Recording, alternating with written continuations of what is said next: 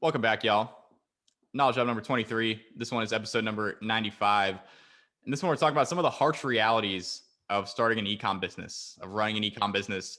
You see all these dudes on social media, they're in the Hollywood Hills, they're flexing their Lambos and, you know, all these kind of fun, cool things. They're traveling, they're going to Bali and shit. It's LA awesome. tag stuff. Yeah, precisely.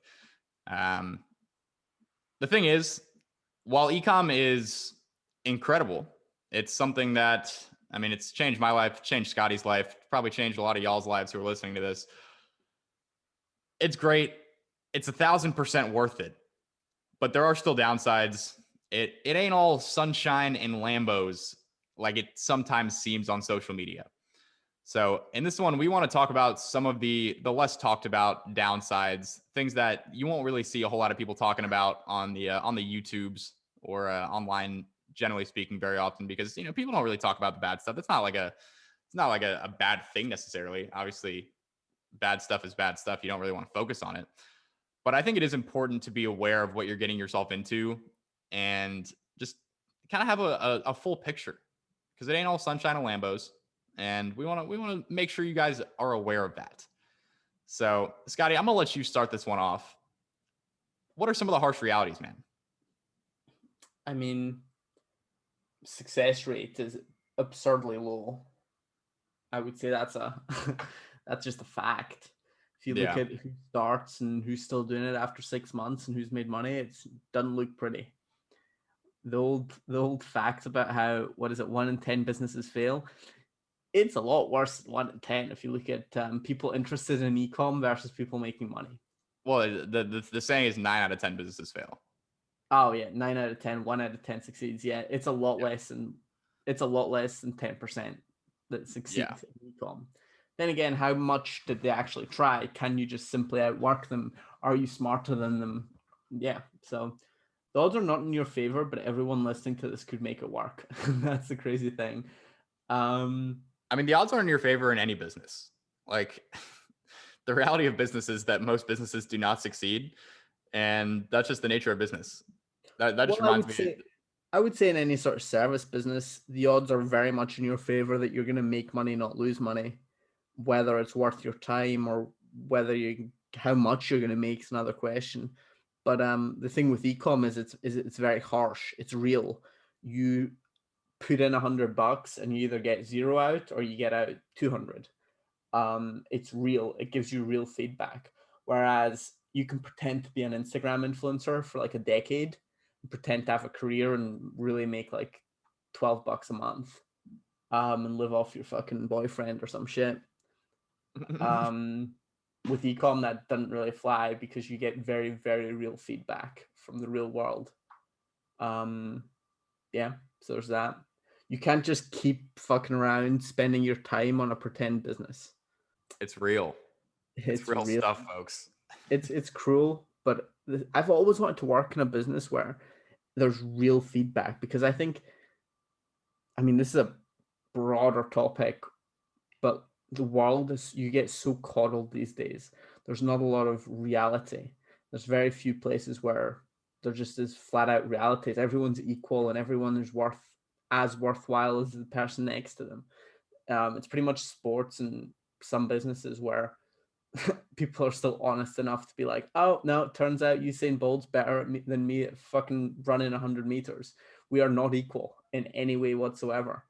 And if you're running direct response ads, which is what ecom is, you get very real feedbacks. Like, you may think you're a great marketer, but if you spend $100, make $50 back, you fucking suck. And the guy down the street who dropped out of middle school because he It's not a doesn't like to middle spell his school. name. Uh, I don't even think can't you can do that legally. can't walk and chew gum because he's too dumb. But if his ads make money, he's better than you, and that's just reality. That is like I don't know, a really cool part about ecom is like there's no confusion.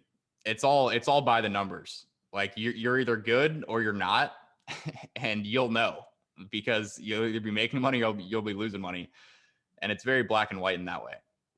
which I Yeah. mean, I think, yeah, that can be a downside, but I think that can also be an upside, because that's one of the beautiful things about it is like, immediately, you get that feedback immediately. And that's like really the most important thing in learning anything, is you need to be doing the thing that you're learning and be getting feedback about how good it is.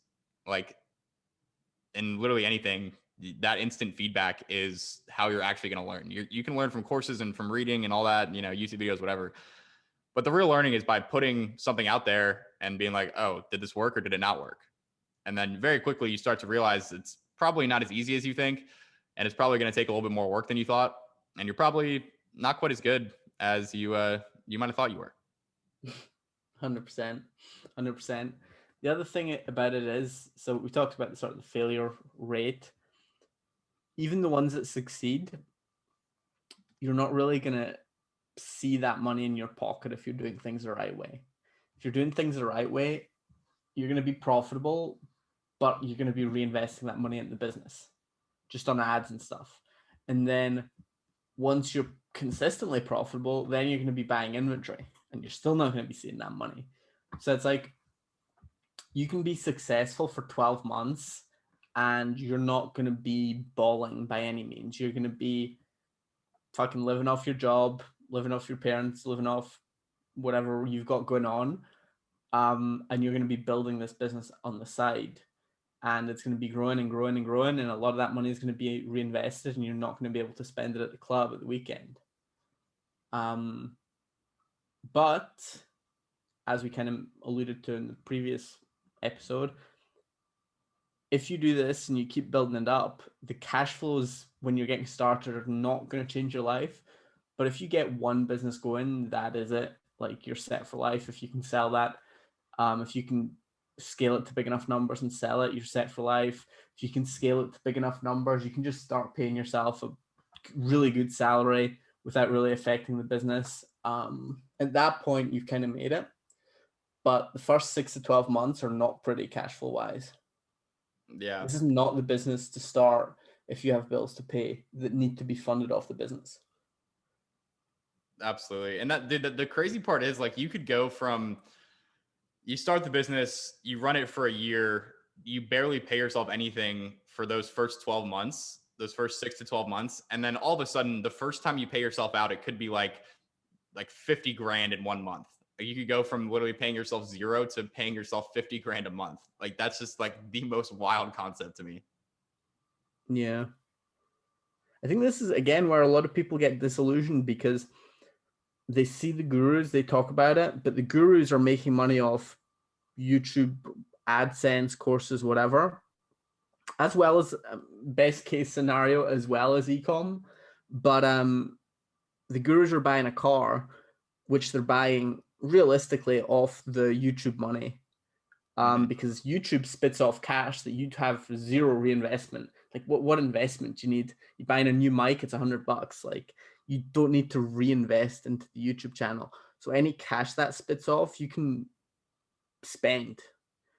You just got to make sure you got enough money saved up for taxes at the end of the year, but that problem doesn't catch up with you until later. So you can spend the money that the business throws off, the profit, whereas with ecom, you're constantly reinvesting. And you're watching this guru spend, spend, spend. You're trying to do what he does. And even if you have success, you're not going to be able to do what he does because you don't have the free cash flow to spend, because your business requires reinvestment and his part of his business at least doesn't. Yeah. That is an interesting point. That is an interesting point. Another kind of harsh reality is that your income and your general revenue profit results can and almost always do fluctuate absolutely massively.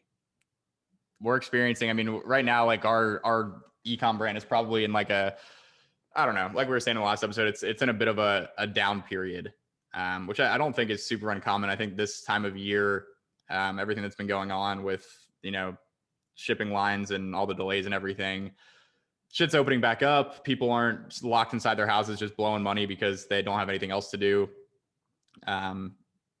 It fluctuates a lot. Like, the amount of profit that our business made in January 2021 is very different from the amount of money or from the amount of profit it made in June 2021. this can be extremely mentally taxing if you're not prepared for it. Because I think we as humans are kind of wired for certainty. We like having that kind of security, knowing that, okay, if we do this, then, if we work a job, I'm going to get paid this amount. And maybe it's not a huge amount, but it's going to be consistent. I'm not going to have to worry about paying my bills. I'm not going to have that stress on my shoulders. With ecom, it's very different. You could have amazing months, I mean, in terms of like a yearly cycle, kind of how it tends to work in our experiences, the great months are like November, December, January. Those are like kind of like the biggest ones. And then the rest of the year might be a lot lower. And you kind of have to be prepared to make a lot of money and it's kind of like a double-sided thing where you have to be prepared to make a lot of money and be able to like hold on to that and not just blow it all. And then you also have to be prepared to make a little money and be able to deal with that, the kind of the effects of that mentally. When you're used to making 50K a month in profit, you go from that to making 5K a month. That can be extremely mentally taxing. Ask me how I know. It's happened to me before, and it's not it's not particularly fun. But that's kind of the thing. That's part of the game. That's why there's huge upside, but there's also downside. And whereas working a job, you might make a consistent 8 grand a month, but you're not going to be able to make more than that. At least not, unless you get promoted over the course of years, maybe even decades. With this, you can make a lot more than 8K a month, but you can also make a lot less than that. And you have to kind of be prepared for that because it can really have an effect on your mental, I don't know. Yeah, I mean I guess just your mental. Yeah. I mean, my advice there is live cheap, save, don't live up to your means because you don't even know what your means is. Yep. Like if you take our January income, our means is Lambos.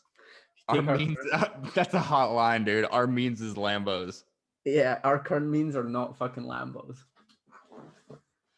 And I mean, that's just kind of how it goes. And if you take your January profits and you stick it in the bank and you're like, oh, I can live off this for 3 years, you're going to be a lot more relaxed when you do get a downturn. But honestly, even then, the downturn is still frustrating because even if you don't need the money, you're in business you're trying to grow. You're trying to grow it. And when it's not only not growing, but actually slowing down, that's incredibly frustrating. And you just have to kind of keep at it and be patient. Yeah. I mean, this is like one reason why I think it's almost better to just build it super slowly because there's just this mental thing where as long as you're making a little bit more money than you were last month or a little bit more money than you were last year, you're going to feel good about it because you're just kind of slowly on the uptick. Maybe it's not a crazy amount more, but you're making progress. And I feel like that feeling of making progress is the thing that kind of like keeps you sane. It makes you feel really good. And I don't know, like I think that in a lot of cases, if you scale too fast and you make too much money too quickly and then it all falls apart, it's a lot more difficult to kind of go through that than it is if you just are not making as much money, but you just kind of slowly build it up over time. It feels really good when you do it that way. 100%. That is a deserved 100% right there. Yeah. You're also, it doesn't matter how many times we're going to tell you not to do this, you're still going to do this. You're going to take your best month, your best day. Like Schmitty did the math with like times 12 before, but what you're actually going to do is you're going to have an 8K profit day, a 12K profit day or whatever. Let's do simple numbers. You do a 10K profit in a day on like December 25th. What you're going to do is you're going to multiply 10K by 365. You're going to come up with 3.6 million. And you're going to be like, shit, if only every day were like yesterday, I'd be making 3.6 million a year. And then you're going to multiply that 3.6 million a year number by, let's be conservative and say you could sell your business for 3 times the annual profit. You're going to multiply the 3.6 by 3. You're going to be like, shit, my business is worth 10 million if only I could do what I did yesterday every day. Unfortunately, as kids all around the world will tell you, not every day is Christmas. And oh, that was that was fire. I was wondering why you chose December 25th for the date. You brought that back around. I like it.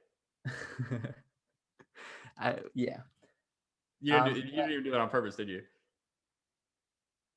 Not originally, no. But I mean, yeah, I mean, your best days are going to be Christmas or New Year's, or I mean, often it's going to be like a random day in January.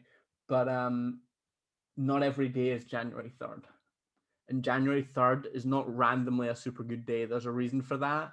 And January 3rd for most of you will be a better day than August 18th, probably.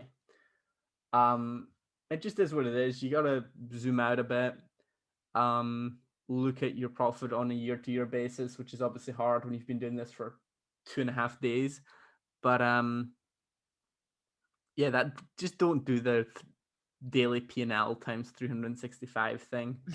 It just leads to frustration. Definitely don't do Also, a that. lot of excitement during the good times, though. It can be really exciting. I don't necessarily think it's a terrible thing to do because it can show you what's possible, but it's just it's not an accurate way to be thinking. So I'd probably stay away from that for the most part. Moving on, another kind of harsh reality of an ecom business, and this is honestly, like, in my opinion, this is actually a good thing. This is what I mentioned in the last episode. It's extremely front loaded. You have to do a lot of work up front to get things off the ground. And it could be, grueling work. You work in like super long hours for months straight, not seeing any sort of results. But once you get something working, it's again, it's not passive, but it's more passive. It's not as much work. You can maintain and run an ecom business if you have, a small team, some VAs, maybe like one other person. You could do that and be making, a really good living working like 2 hours a day, which I think is maybe that's what you want to do. Maybe that's the lifestyle that you want. And I don't think there's anything wrong with that. But you have to realize that it's going to be a lot of work up front, and you're going to have to do a lot of work without seeing any sort of results for more than likely a decent period of time, probably multiple months, maybe even up to a year, maybe even longer. You never really know how long it's going to take. But you have to be ready and like prepared mentally to do that, because we as humans are not very good at delaying our gratification and doing all this work without any sort of guarantee of results. And you have to be able to do that. You have to be able to put in a lot of work with absolutely no guarantee that it's going to make you any money. And you just got to keep pushing. And then eventually, I think it kind of like all that work, it kind of compounds, and all this experience you get, all this knowledge you gain, it all kind of compounds until eventually you do get to that point where it does start working. And then from there, that's when things start getting fun. But you got to be ready to kind of put in that grueling work up front, be in the trenches. And I mean, again, that's not something that us as humans, I think, are very naturally wired to do. Certainly not. Certainly not. It takes a special kind of person to do the upfront work with no guaranteed payoff. And I guess that's kind of why we get to live the way we do, because we were willing to put in that work with no guarantee of anything. Yeah. It's kind of the risk we took. Risk it for the biscuit, baby. Another kind of harsh reality is there are a lot of different moving parts with ecom. There are a lot of different skills. There's a lot of different places where things can go wrong. And you have to be, like, at bare minimum, half decent at like basically every skill that underpins ecom. So off the top of my head, copywriting, being able to write product pages, being able to write ads, you have to be decent at that. You have to be decent at coming up with marketing angles. You have to be decent at making compelling offers. You got to be decent at like the media buying aspect of actually running Facebook ads. You got to be decent over the long term. I mean, you got to be decent at like managing people, making sure that, your VAs and stuff are doing the things that they're supposed to be doing. What else, Scotty? What are some of the other skills? I mean, finances, numbers, systems, Yeah. keeping track of shit, just getting stuff done, managing yourself, managing your time, product quality, sourcing, just got to be on top of a lot of different things for sure. You do. You definitely do. And I mean, there's a lot simpler business models like, freelancing and doing freelance marketing, stuff like that. But again, that doesn't have the huge upside that this does, at least not in a way that disconnects your time from your money. You got to be ready to like learn a lot. And I mean, the main skill is marketing. Like, not gonna front with y'all. The main skill is definitely marketing, direct response marketing, to be specific. But there's also other skills that go into it that again, you don't have to be great at them, but you have to be competent at just about every single one. And I don't think a lot of people are really prepared to do that. They kind of just see e-com and drop shipping as like this way that they can, just throw up a store and start making some money. And, I really hope that that's how it works for you. But in all likelihood, that's probably not how it's going to work. You're going to have to learn a lot of these different skills. You're going to have to practice them. You're going to have to get decent at them. And that takes time. That takes time.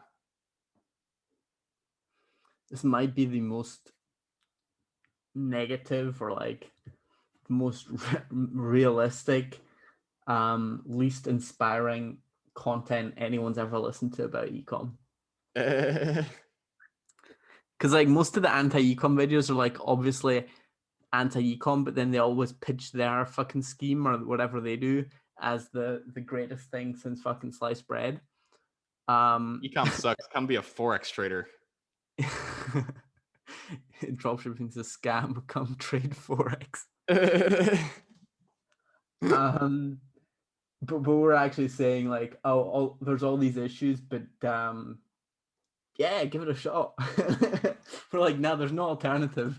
Like these are all realistic issues, but you should still try. Good luck. I mean, basically, yeah. Like, if it was easy, everyone would do it, bro. Like, none of this shit's gonna be easy. If you want to make a really great living working for yourself, do you think that's gonna fucking be easy? No, of course not. You think I get to play golf at whenever I want a clock every day because it was easy? No, that's not how these things work. Okay. Final thing, and this is like, I don't know. This is probably the most negative part of it, is ecom can honestly be fucking annoying and frustrating, and there can be a lot of headaches because there's a lot of moving parts. There's a lot of places where things can go wrong, like with shipping. Orders, your supplier can ship the wrong order. They can ship the order to the wrong address. They could not ship your order out at all. You could have issues with product sourcing. The product quality could be bad. The sizing could be wrong. There's like 1,000 different problems that could happen there. Your freaking a factory could burn down. A truck full of your product could crash in a fiery accident. Like these are things that have literally happened to us. You're gonna have a lot of people emailing you that are like really annoying and angry and like, where's my product? Like, I'm reporting you to the Better Business Bureau after like 12 hours of them placing an order. They're like expecting it to be on their front doorstep. All the issues of like getting banned from payment processors, from PayPal, getting banned on Facebook, having Shopify hold your money. Like there's a lot of freaking things that can happen that are really fucking annoying. But taxes, sales taxes, accountants, ugh. VAT, international shipping customs. Yeah. There's a lot of stuff. There's a lot of there's definitely a lot of headaches, but it's again, it's the nature of the business. Like, are there ways that you can make money that are that are less complicated and can be less frustrating and have less headaches? Like, absolutely. But I think despite all of the headaches and all of the potential like kind of harsh realities, the downsides, I still think that ecom is probably like, potentially the best way in the world to make money. I don't know. It's up there. Yeah. It's up there. For the right type of person with the right goals. Gotta have some money to start. Gotta have another way to sustain yourself while you build the business. If you're trying to make like a lot of money and build an asset that you can sell for a lot of money, this is going to be better than almost everything that's out there. If you just want to make a quick buck, there's definitely better business models. But I'll give you a little hint: it's not forex trading. It's not forex trading. It's crazy because like I can't really think of too many other business models where you can learn how to do it, get started, and start making money in less than a year, and then within 5 years be completely set for life. Yeah. The latter part is the uniqueness. Like there's a lot of business models you can get started and start making money within a year. There's not a lot of them that you could be set for life 5 years later. That you can literally be like a multimillionaire in a couple years. I mean, that's nuts. Like the ceiling is so incredibly high. And I mean, like, what even is the ceiling? Like, there's freaking like huge brands, man, like huge direct to consumer brands. Like the first one that comes to my mind is Gymshark. Like they're an absolutely massive brand, and they started just like the rest of us have started, just like you guys listening to this have started, just like everyone else. Like I'm actually pretty sure that they started off drop shipping. So, and that dude, what's his freaking name? I forget his name. Ben. Ben Francis, maybe. Yeah, it could be. Yeah, I mean he's rolling in it, man. He's is he 100 millionaire? I don't know. He's definitely got eight I don't fils. think he knows. That's the thing. When you get to that level, it's like how much do you value your business? Well, we I can guess actually look that up. we So don't they just value our I think they business. just raised a bunch of money. Yeah, Hold on, let's look this up real quick. it's like we don't include our business in our net worth. So just if we Wow, raise the money, former we pizza delivery suddenly man start doing created that. Gymshark. That sounds like a familiar story. Gymshark is valued at 1.4 billion with a B. Telling us how to spell billion. He probably started drop shipping. That's nuts. The ceiling is so incredibly high. And obviously, again, I mean, that's over the course of years. Like, that's like, honestly, not that many years, though. Like, what, like 5 years? That's not that many years, man. If that MFer, this gym bro, if he can build a brand to 1.4 billion in a couple years, you can probably make a couple $100,000 a month, or I mean, yeah, a couple $100,000 a month. You can probably make a couple $100,000 a year, live a really nice life, and Play some golf. play some freaking golf, man. Do some BJJ, play some golf. Meet some pogs. Yeah, all the above. All that said, guys, those are some of the harsh realities of starting an e-com business. Maybe these things deter you, maybe they don't. For me, they kind of do the opposite. I mean, I think these things are kind of like attractive things. You're not gonna get to a place in your life where you're literally set for life financially without going through a few hiccups. So that's just the way it is. These are some of the things to be aware of. Hopefully that gives you a very realistic picture of what ecom is like. And what's possible, man. What's freaking possible when you do things the right way. You stick with it for a couple years. You can do some crazy stuff. You can do some absolutely crazy stuff. So I think that'll do it for this one. We'll talk to you guys in the next one.